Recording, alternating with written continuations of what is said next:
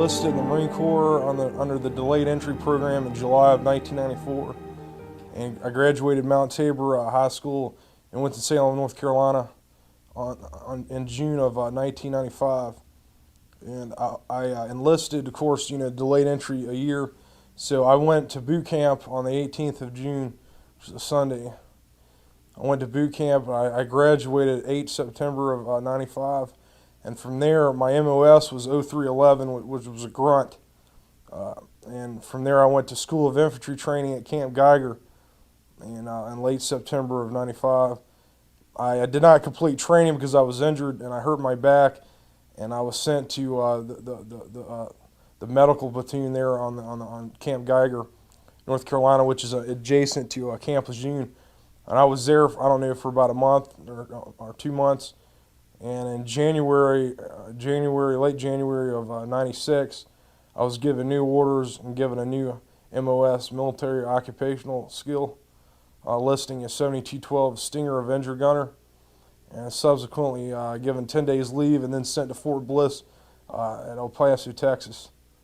So I was in training to be an air defense gunner on the FIM 92 Alpha Stinger missile. It's a surface-to-air missile, and the Avenger weapon system, which is a pedestal and a turret with 8 Stingers mounted on the back of a Humvee.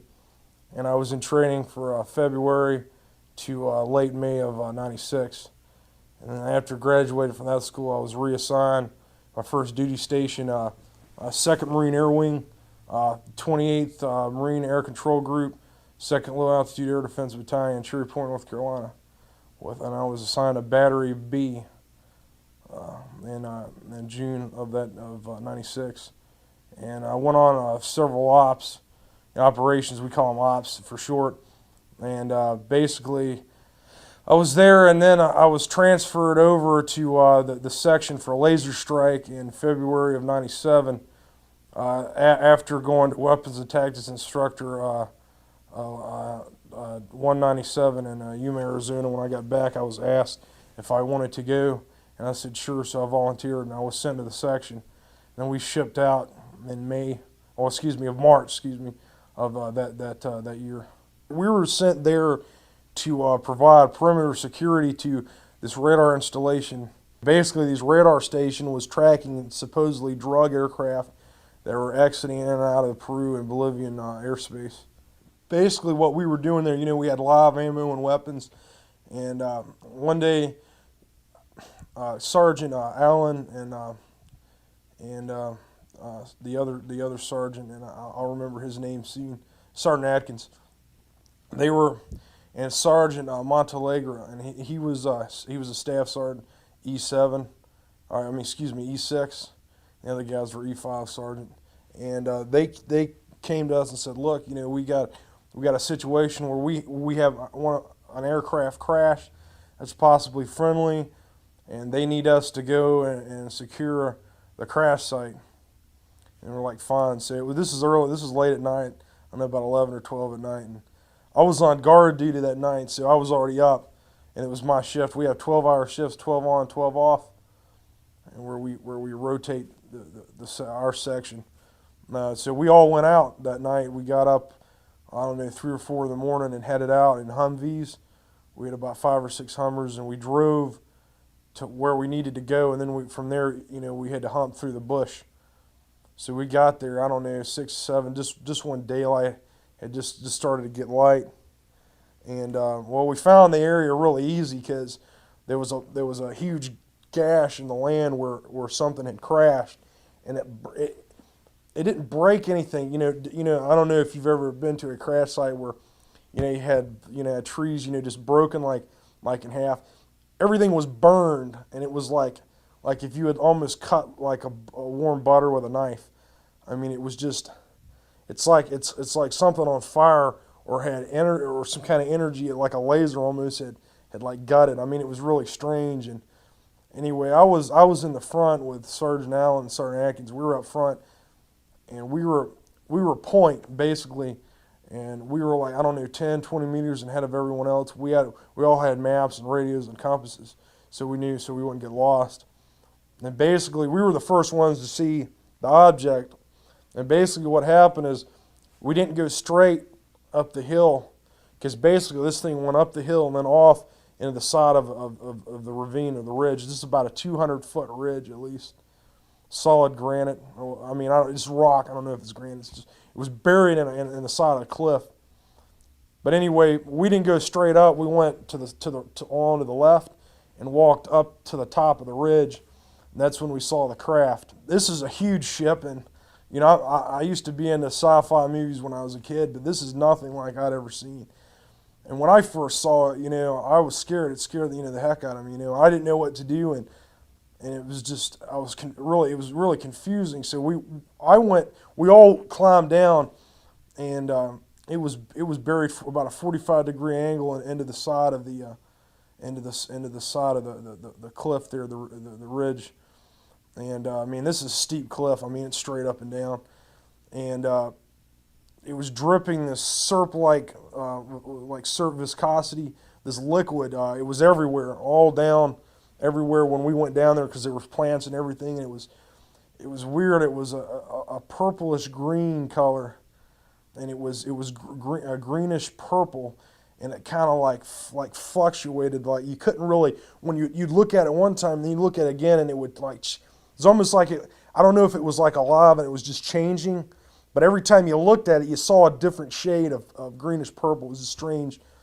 There was one light on it that slowly went around, and the machine, I could hear it. I guess because it was still functioning, and it had like a hum to it, like a really bass, like say if you unplugged an amp from a guitar, that kind of it was really it was really deep, and it kind of fluctuated, and then finally it just cut off, and everything just seemed to stop, except the colors and the shades, and it was still that way. When I was looking at the craft, it was buried, so I could see the back of it, and there were these large vents. Well, they look like vents, sort of like a fish gill on the back. I couldn't see around the other side, and I'm assuming that it was the same way on the other side. That looked like, I don't know, that could have been used for propulsion. I'm not sure. Again, this liquid that had come out of the ship it got on my camis, and it discolored them and ate them almost like acid. And then it ate some of the skin off, the hair off my arms, and and I didn't know that until later on. But basically, when I was down there with the ship, there was 3 holes, and I guess I'd assume that they were hatches, but there's no way to tell. They were not flush with the with the body, the main body of the craft. There, I don't know, a few inches below. I knew there was one on top because you could slightly see it. I don't know about the other side, but there was another hatch, the same width and diameter or whatever of the top hatch, and it was kind of crooked to the side, and it was half open. And I didn't see any lights or anything coming out of it, but I felt this presence it's real strange. I guess it was almost like, I think I told Leslie this, I thought the creatures they conned me, and it was like weird, and I think they were trying to communicate with me, like, I guess telepathically. It's really weird, and I don't believe in any of that stuff, but anyway, I could hear, like, and it was terrible because it kept going, and it still comes and goes. It's like basically sitting in your car and turning on like an AM station that's not, it's just white noise, and it's turning it up really high. And that's what I heard when I first got in there. This is pretty crude 2-dimensional drawing, but this is jungle here, and this was the craft, and it was embedded in the rock like this. And I'm not sure if this tapered off or how it went, but these right here are the hatches. These 2 objects here. This one was the one that was half open, and you could see into it, but I mean, it was just black. It was like looking into a closet. 10 meters in width and about 20 meters in length. I'm just not sure. That's just an estimate from what I remember. But it was huge. I mean, it was big, man. And it was shaped like almost like between an egg and like a teardrop almost. It looked really aerodynamic, at least in the shape. But the closer I was close enough to take out detail on it, that it was not just smooth. There was bumps and notches and things in it. It was really organic. It was almost like art. That's really how you would. It didn't look like something that somebody made in a shop, It didn't have that clunkiness or that tin can, kind of deal. It was more of art. I would say. It looked to be that it could have been handmade, but out of what and what materials, I don't know. Definitely nothing like titanium. It wasn't. See, this is the whole thing. It looked metal, but it didn't have any reflection on it, man. I mean, the sun's coming down, and if you got something made of metal, regardless of it, I mean, maybe if it's subdued with paint and it's got a cami sheen on it, you're not going to see any reflection. But I could see the different shades of the craft. They didn't shine. It just like it was. It didn't reflect anything, and I guarantee if I'd thrown like a flashlight on it, wouldn't have reflected it.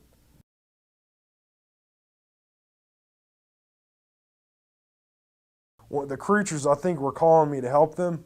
Everything was going to be all right. And I was so mesmerized and into it, and Sergeant Allen and Atkins, they're hollering, they're cussing at me, get the hell out of there. Why? Well, I think I think that they were scared, and they didn't want me to get hurt. I don't know. They were real pissed off at me after subsequently, but basically what happened was after we climbed back up, I think the DOE, Department of Energy people were there. They knew about it, and I don't know why we went there still to this day. But anyway, I was arrested. I had all my gear taken from me by men in black camis, had no name tags. They were older men, probably in their late 30s or 40s. How long was I at the site? Probably about 15, 20 minutes. We were the first people on the position, yeah. And then shortly you said there were other people. Right, there were other people. I guess they were government. I don't know. They were there, and they had containment suits, and they had guys. They had a position that looked like, I don't know if it was already there or there was some gap in the jungle where they landed 2 CH-47 Chinooks. They're Army twin rotor helicopters, and they're big, and they had guys coming out in these containment suits. They must have just got there, I don't know, while we were down in the gorge, because when we climbed up, there those guys were. There were the guys in the black camis. And then they put me on a cot that they had, and they had me cuffed with those, they had me cuffed both hands down, and then they had my legs tied together with those plastic fasteners that the police use. I don't know, they're like kind of like cuffs. And then they took me in the CH-47, and they sent me to, we took off, and they didn't drug me or anything like that, and I was just awake there. And did they explain why they were treating you this way? No, they said that that they were cussing at me, saying that I was a dumb asshole, and that why don't you fucking people ever pay attention to orders, and you weren't supposed to be there, and you're not supposed to see this, and you're going to be dangerous if we let you go, and all this stuff. And, man, I thought they were going to kill me for about 2 days, I think. And they had a lieutenant colonel from the Air Force, and he did not identify himself. He might have, I just don't remember. And he told me, if we just took you out in the jungle, they'd never find you out there. And I'm like, well. And, I didn't want to say, I didn't want to test him to see if he'd really do that. So I said, yeah. And he's like, you got to sign these papers, and you never saw this, and I don't exist, and this situation never happened. And if you tell anybody, you'll just come up missing. And he was a real abrasive, just a cynical asshole, I guess is the best way to put it.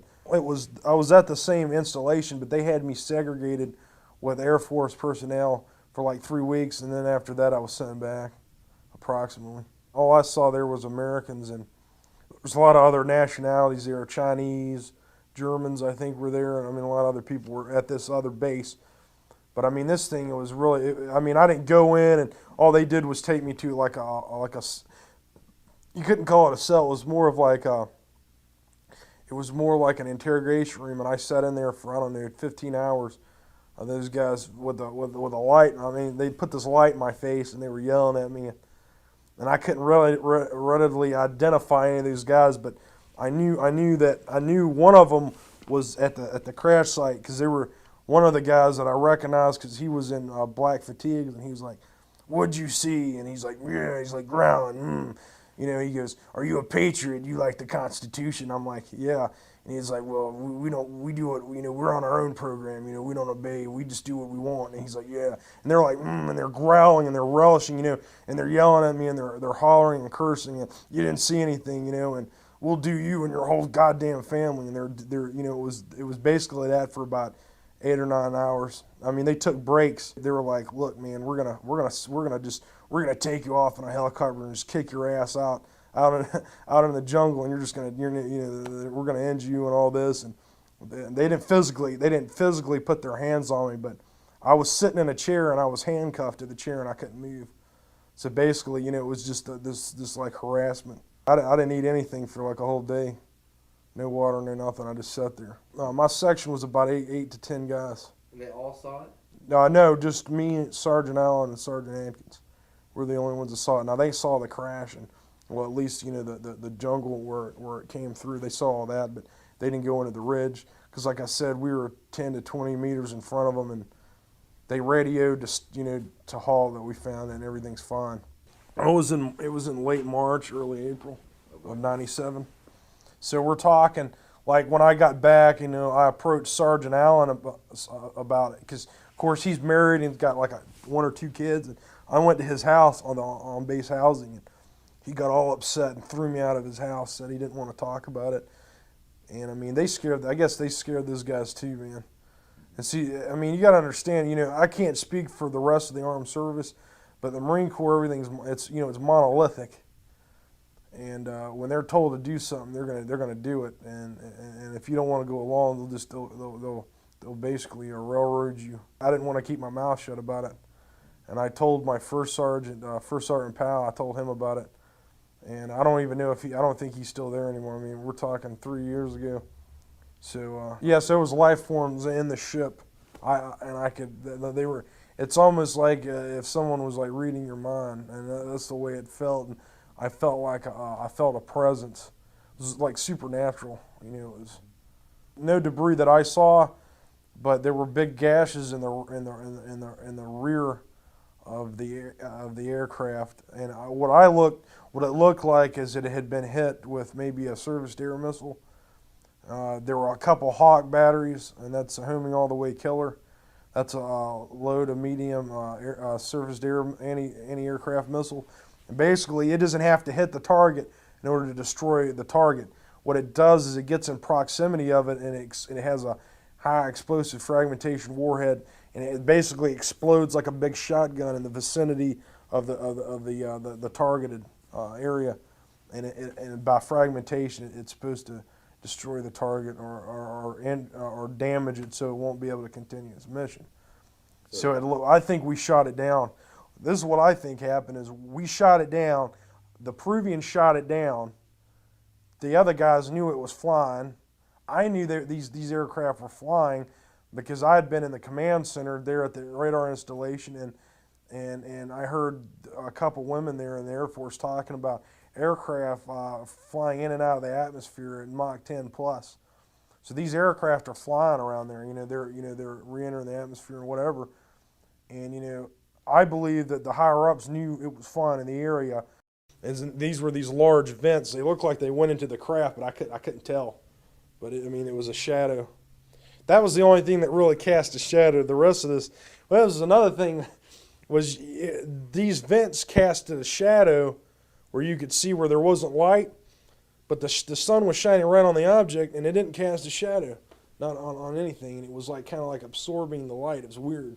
This is not one of ours, because in Stinger school they teach you about all different kinds of aircraft and stuff like that. And I knew a lot of aircraft anyway, because I like reading about aircraft and data and that stuff. And well, essentially when I saw it, I'm like, man, this is nothing that I know of.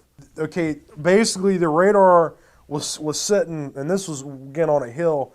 It's cammyed up, and it rotates and everything. And there's a command bunker that was built under the earth. And I mean, it looks like Star Wars in there, and I mean, it's total air conditioned. I mean, it's really nice. And there's like computers, and they got the control panels and everything that control the radars, and I guess they're linked to other sites, and they get other data coming in. And well, we had guard duty, and and the night that this happened, this was in the early evening, and it was my shift, and I was in there, and I was checking people going in and out. You know, they got ID, you know, checking out, whatever.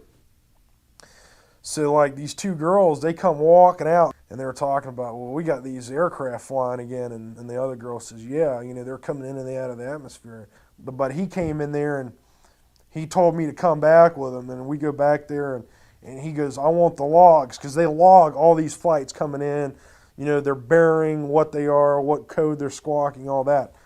So he gets the books, and I had to sign off for him to take all that. I mean, when you got objects that are re-entering the atmosphere and then stopping on a dime and then turning around and going exactly the opposite direction, you know, that's kind of strange. Meteors don't do that. Now, is this something that was rare or something that was happening? Oh, this happened all the time. There's like 3 or 4 incidents where I was duty there that the same Air Force officer came in there to get books. And do you think these were tracked on radars? Yeah, these were tracked from this particular radar that were logged in. The reason, I guess the reason they were taking them is they didn't want people to know that they're tracking these aircraft. I guess, I mean, again, I'm just assuming that. So, yeah, I think they knew it was coming in, and they said, we can't identify it, it's violating airspace, so they could have radioed the Peruvians and said, take them out, and then they shot it down. I was confident that when I saw the aircraft, it had been hit by something that had took it out. They were scared, and it was the apprehension, the fear, and then that they were not here to harm us. That's really what it felt like. And I mean, that's not my own emotions. I've seen the creatures in my thoughts, and I saw them what they look like: oval egg head with big dark eyes, a nose and a small mouth, no ears. And they were projecting that they weren't here. They were here. They were here they weren't here, you know, they were not going to harm me. Mm-hmm. And that was basically that everything was going to be all right. Just help us get out of here. Mm-hmm. I think there was, I don't know how many were on the craft. You got the sense more than one. Yeah, definitely more than one. Probably about 4 or 5. Did I think it was organic and alive? Yeah. I think that. That whole craft, it's kind of like, it's almost like if you had an extension like your arm or your leg. And I think the way they can, now, I mean, this is just from thinking about it, that the way they control the craft is with their thoughts. And they have no buttons or anything they push. It's not from Earth. Oh. And I mean, I knew that when I looked at it, you know. I mean, I'm not doing this to make money or publicity or anything, but I think it needs to be told. I think people need to hear it. Whether they agree with me or not is of no consequence. Their cover was there to track drug aircraft. I think, I don't know, but from what I understand, that they were doing a whole lot more than just tracking drug aircraft. I mean, they had laser range finders and all kinds of high-tech stuff that I've never seen before. And I couldn't really explain. I know that there was a couple of LRFs there. I don't know what they were, LRF laser rangefinder. I don't know what they had those do there, but they were huge, man. Looked like big telescopes, but they had them in a bunker, and it was able to rise up, and they can zoom around, and I saw them doing that. I mean, just a bunch of weird stuff. And then, not even that, we had like a live fire shoot in the jungle, and there was Green Berets, Army Airborne, I mean, a bunch of these Spec Ops guys, Delta Force there, you know, the murderers at Waco were there, you know, so, you know, all these guys out there. I mean, the Chinese are there. You know, they're out there training, man, and they're training the Peruvians too, so it's weird, man, weird situation. Oh, this is definitely something like NATO or some multinational deal. And what I keep going back and really thinking about that. Why are all these guys here, you know? Why would the Chinese be concerned with drugs being smuggled or, you know, or any kind of drug paraphernalia being smuggled into the States? I mean, personally, I know for a fact that our government are the ones that are importing drugs. But the fact, do I think that this command center? I think it was permanent. I think it's been in operation for a while. They had the big D, you know, Delta Oscar Echo on the back of a couple of the guys were wearing like these rain jackets because it had been raining the previous day, and they were in there, and there were other guys that were wearing containment, like biological suits. It wasn't like that. It was more high tech, like those big jump suits that you zip up the back and you can like wear a breathing apparatus in there. Those guys, there was about 30 of them at least, and they marched right by me as I was being taken away. They were marching to get down into the cliff. I guess they were in there to check this thing out. What do I think happened? I think they went in there and they took everything out and they shipped it back home, I think. The behavior of the people, yeah, this is routine, man. I mean, these guys are squared away. They know exactly what they're doing. They've been trained to do this stuff before. That was the atmosphere, the total professional, cold, unassuming nature. You know, it's just, you know, we're here to do a job and, you know, get the fuck out of our ways is basically the attitude. I was raised in a Christian home to believe that there was a God and that He created everything, you know, the universe, and here they are, these creatures that I've never seen before, never come in contact with, and this happens, man, and it made me go almost crazy, you know, not like suicidal, but I just couldn't. I had to like reevaluate everything that I knew. It's sort of like when you're a kid, you know, you've been told Santa Claus is you know real, and then you find out that he's really not, and then the Tooth Fairy, you know, it's like now that you know, there's no going back. There's no denial. There's no saying, well, you know, this is, you know, I didn't really see this, and I couldn't really deal with it. You know, it was that what do I do? You know, do I tell people? But I mean, who's going to believe that a Lance Corporal in the Marine Corps in the middle of the fucking jungle is going to see an aircraft like this? It's more like I was sitting and watching like a film, like I was sitting and I was watching what was happening, and I was basically, you know, with these aliens, these creatures, and they were touching me. You know, not like sexually or with instruments or anything. They were holding my hands, and they had their hands on me. And they only had 4 fingers, by the way. And what feeling did you get from them?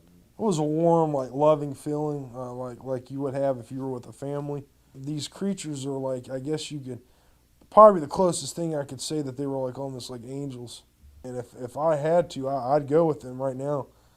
I mean, I'd get, and I had this obsession with that, you know, I guess because of the pain of the experience and then the Marine Corps, that I just wanted to escape, you know, and I was thinking about, you know, being with these creatures a lot and wanting to go with them and wanting to get out of here.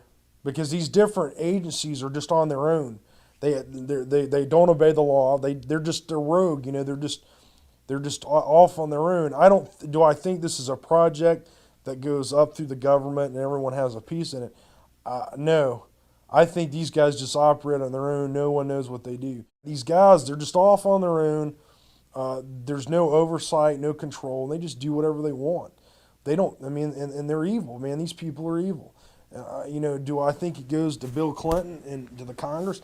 There may be guys up there that know about it. They're not going to say anything, man.